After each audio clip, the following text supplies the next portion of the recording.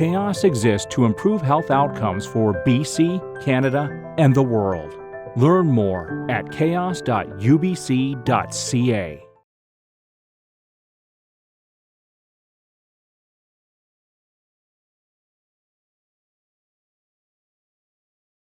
Welcome back to the CHÉOS Trainee Seminar Series.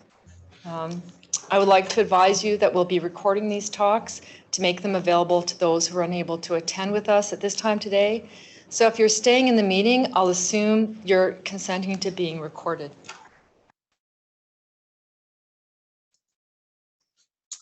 So I wish to acknowledge that we are meeting on the unceded Indigenous homeland of the Coast Salish First Nations. That includes the territory of the Musqueam, the Squamish, and the Tsleil-Waututh Nations. And I would like to conduct our meeting today, as usual, in the spirit of cooperation and collaboration, because I feel these are values that are those of the Indigenous peoples within the Vancouver community and beyond, and it honors our ongoing relationship with them. So anyone wishing to make a land acknowledgement may do so in the chat. So we have a special presentation in our series today, and that's not just because it's about sex and life, but because it's about the creative spirit of two young researchers. I'm honored to introduce Piper Scott-Fiddler and Samantha Martin-Ferris, who will present their project that has won the UBC competition for the World's Challenge and will proceed to the global final in June.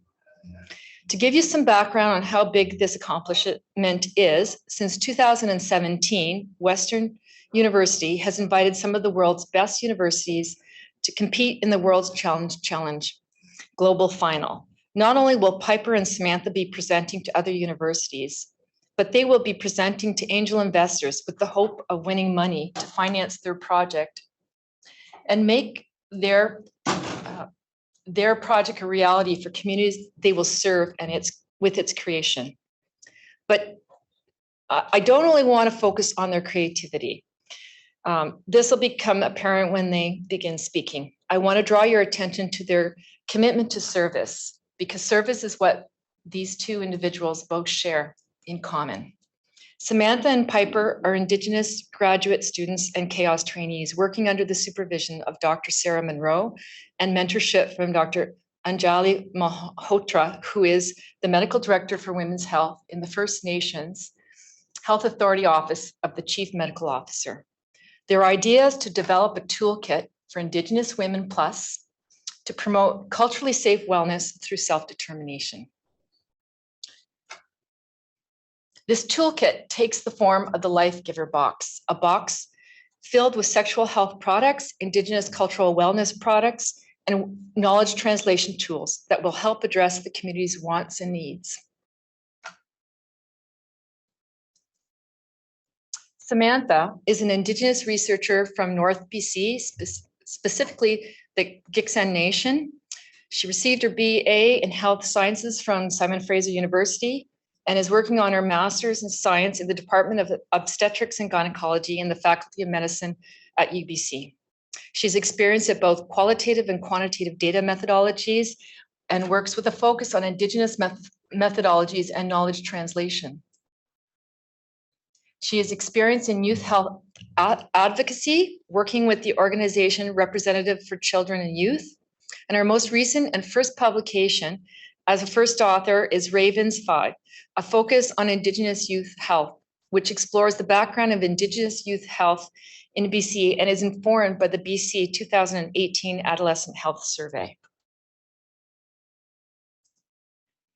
Piper is a proud Métis woman and part of Métis Nation BC. She received her BA in Health Sciences from Simon Fraser University and is working on her Master's in the Department of Obstetrics and Gynecology in the Faculty of Medicine at UBC. She's experienced as a research assistant on the Fraser Health Strategic Initiatives team and is focused on the experience of Métis clients with primary care in the Fraser Salish region.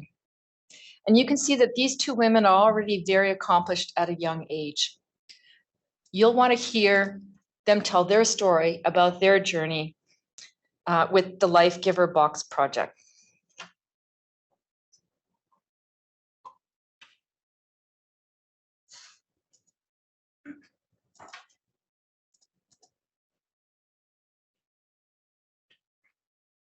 Okay.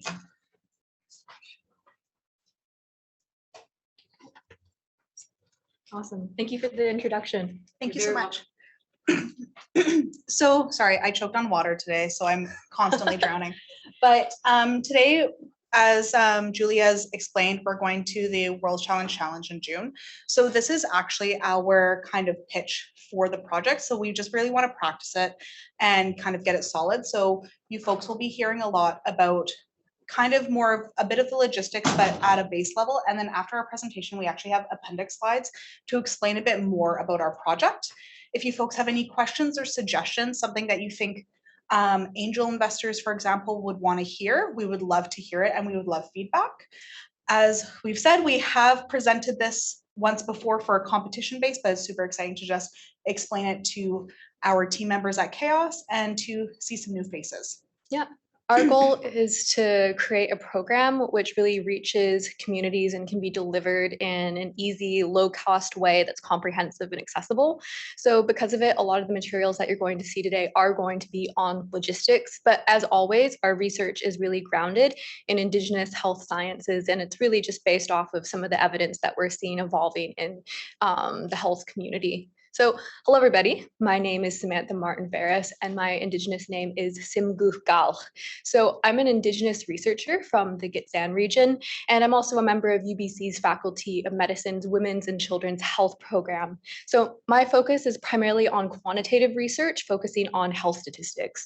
And my name is Piper Scott-Fiddler. I'm a proud Métis woman, also part of Métis Nation, British Columbia.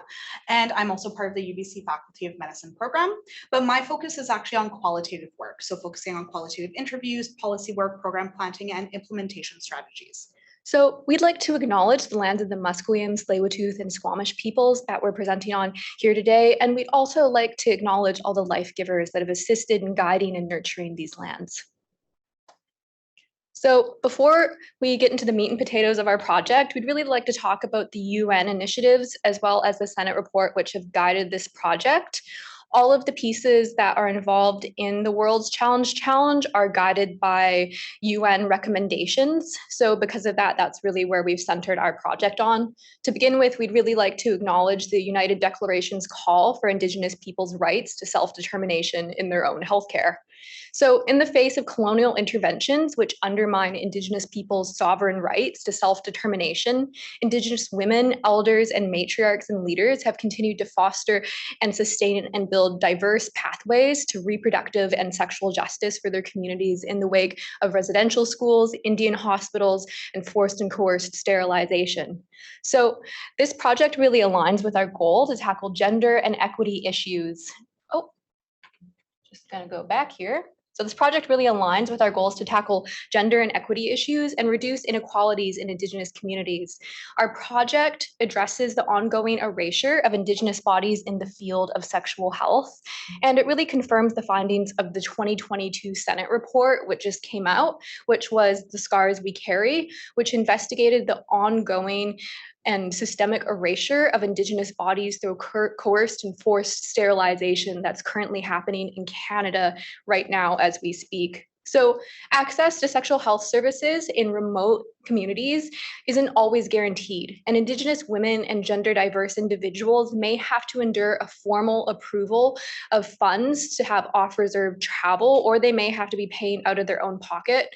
Just as an example, in a GIS study, it was found that Indigenous women are more than 3 times likely to have to go over 100 kilometers to access an abortion. Now, we also see this reflected in other sexual health care in regards to travel and inequity issues. Because of this, we really see this reflected as higher rates of STIs, HIV, as well as unintended pregnancies. Now, this to me, I never want to put the blame on Indigenous people. Instead, I think that we really need to be looking at that history of colonization, as well as we need to be looking at that reluctance to engage with healthcare due to the ongoing impacts of colonization, as we've just discussed. So before I get into the Lifegiver Box, In general, when it comes to, we're focusing kind of on BC Health right now. We're focusing on the story project with Dr. Sarah Monroe, and that's within the BC scope. So when we talked about it and how we were going to kind of reach out to Indigenous communities, because we come from two different communities, it was a really exciting way to kind of take a distinctions-based approach and really acknowledge both of our strengths within qualitative and quantitative work, but also within our own communities. So it was really like we got to take our own culture and bring it in together. So our mitigation strategy to aid in reducing this barrier is the Lifegiver Box. The Lifegiver Box is a complementary, interdisciplinary, and culturally inclusive program which supports Indigenous people's rights to health through choosing their own needs for their sexual health journey. It is a toolkit filled with sexual health products, Indigenous cultural wellness products, knowledge translation tools that reflect the needs of the community and promote culturally safe wellness through self-determination. While the Lifegiver's Box main focus is on menstruating bodies, the box is gender inclusive, and we hope to celebrate diversity in people's sexual health care needs by providing a range of products. The program prioritizes an Indigenous, oh no. That's why you can't use the slidey wheel on this We one. can't use the slidey wheel. We tried. There we go. Yeah. Perfect. Thank you. Yeah. So while the Lifegiver's Box, okay, done that. So the program prioritizes an Indigenous person's right to choose their sexual health journey and offers diverse products to support individuals who may be ambivalent to pregnancy. And these folks aren't properly recognized within the medical field. Our goal is to create a sustainable and low-cost program that can reach a large population and have a significant impact. So Piper and I would like to acknowledge the ongoing partnerships that we've had in this project. So to begin with, we're both being supervised and we work under the Contraception and Abortion Research Team here at UBC. And we have the support of First Nations health authorities, Women's Health Director, Dr. Anjali Malhotra. In these consultations that we had with FNHA, we were really able to build a deeper understanding of how we could best support the needs of Indigenous communities across BC, as well as how we could really celebrate this program, as well as create something that wasn't necessarily pan-Indigenous. So communities would really be able to tailor this program to their own needs.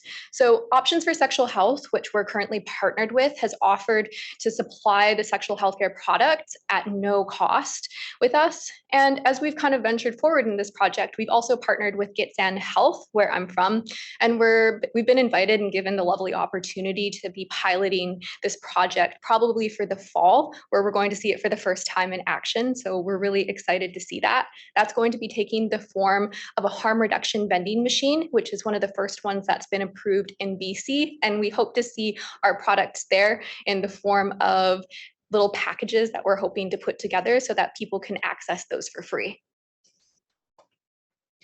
So through consultation with FNHA, but as well as a certified pharmacist, Stuart Knight, we have come to the agreement of a low barrier box of supplies to ensure that specialized nurses and prescriptions are not required, as this has been shown to be a major barrier in accessing sexual reproductive healthcare in rural communities. Originally, when we came to the idea of creating a sexual health box, we did kind of think that we were going to be doing a prescription box, something a bit more medical grade, but it was really with this consultation that we were able to hone in on what was important and what was going to be easy, but also impactful, so sustainable as well. On this slide, we have some of the products that would be in the box. So the Lifegiver's Box main components include sexual health care products like Plan B, period products, pregnancy tests, ovulation tests, as well as many more, and as well as Indigenous cultural wellness products.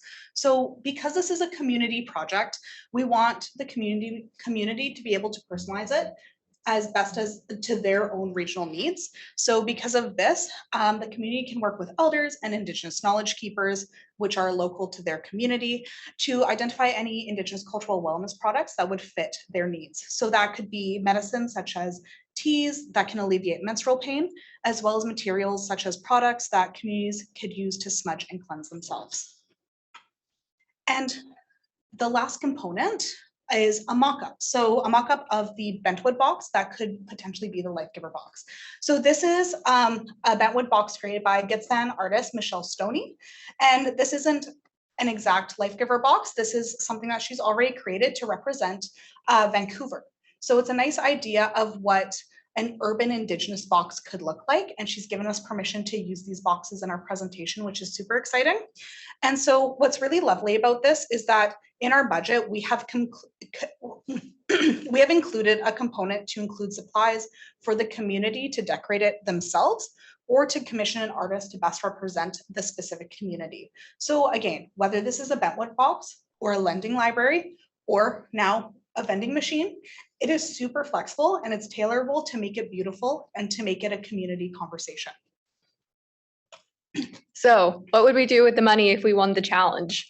That's a big question, but as we've previously stated in this project, it's entirely scalable. So we've listed individual costing items in our appendix, which we can go over just after we finish up this part of our presentation. So after talking with CART and FNHA, it's been agreed upon that if this project does come to full fruition, that it'll probably be hosted within the CART team itself as a master's or a PhD project, which will be work learned. So it'll be embedded in UBC and in the CART team as we move forward. So I just want to talk a bit of the benefits that we see coming out of this box based on literature as well as based on community interaction. So the Lifegiver Box provides culturally safe and relevant sexual health products, celebrates the rights of Indigenous women and gender diverse individuals to choose their own sexual health journey, contributes to the conversation of sexual health and makes it a community conversation, which is super important. It's also low cost, high benefit with a sustainable impact. If we're talking numbers, the economic burden of STIs in Canada is anywhere from 50 to 120 million annually.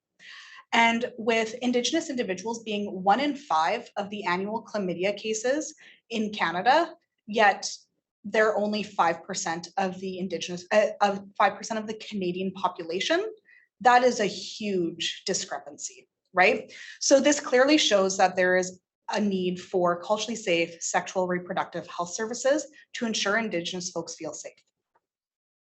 So welcome to the beginning of our conversation starter. Whether an individual wants to keep the pregnancy or not, whether they want to have sex or wait, and whether they need the resources now or later, they have all the options in front of them with the Lifegiver Box. Thank you for listening to our presentation. Yeah.